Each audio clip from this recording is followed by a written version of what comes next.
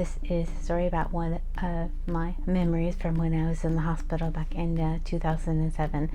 This one is actually one of the last times I remember having a pretty bad hallucination, and it's about the time I thought I had 3 bodies.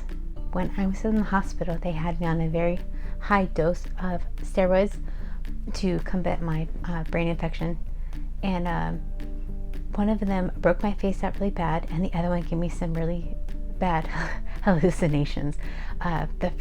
Two of them, they were Depakote and Decatron.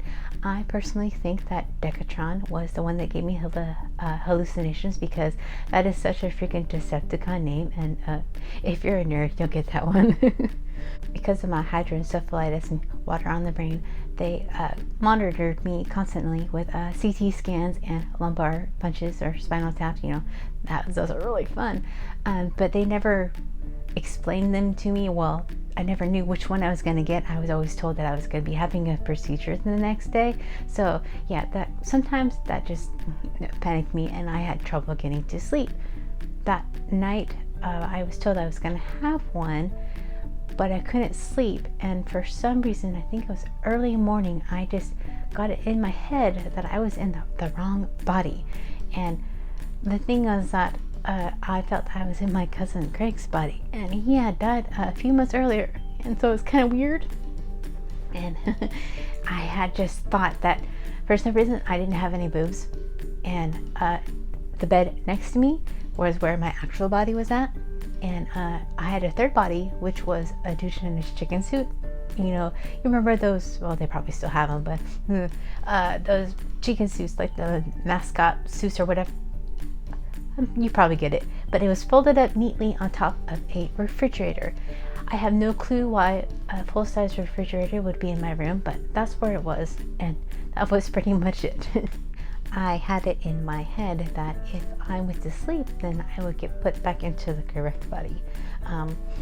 They used to give me liquid Tylenol for my pain, and I was getting near the end of the dose, and it happened to coincide with a shift change. And when I asked the nurse for new pain meds, she told me that I couldn't have the liquid Tylenol because it would make me sleepy. Well, no, duh, that's what I wanted. Anyway, I continued to try to fall asleep, which, that never works if you try to make yourself fall asleep. Can't do it. Around breakfast time, I made the mistake of asking if it was possible for me to still get my procedure done if I was in the wrong body. Oh, hello, shitstorm. For some reason, I also decided to take off my hospital bracelet, or one of them anyway, and I thought I was being all sneaky because I balled it up, and then I dropped it right by the side of my bed, because I couldn't see it, so nobody else could see it either, right? Anyway, after I told the nurse that I got bombarded with a bunch of doctors, I would get doctor visits every day because I had a stroke, so they would be asking me cognitive questions like, what's today's date? I never really knew because, hi, I can't see. The best one was, who's the governor of Texas? I had no clue. I'm from Louisiana. I lived there for 5 years before I came here, and just the normal things like that. But the other part of the doctor's things were asking me how I felt and asking me more questions about my 3 bodies. There was this one doctor who came in by himself, and he sounded so excited. I swear I could hear him just rubbing his hands together in anticipation or whatever. I heard him walk around to the left and go to sit down, which of course that was where my other body was sitting. And as soon as he sat down, I just immediately thought, poof, it's gone. And then I told him, okay, I'm all good. I'm in the right body now. You can go now. Bye-bye. I don't know how much longer I talked to him, or how I got rid of him, but that's pretty much all I remember about that part.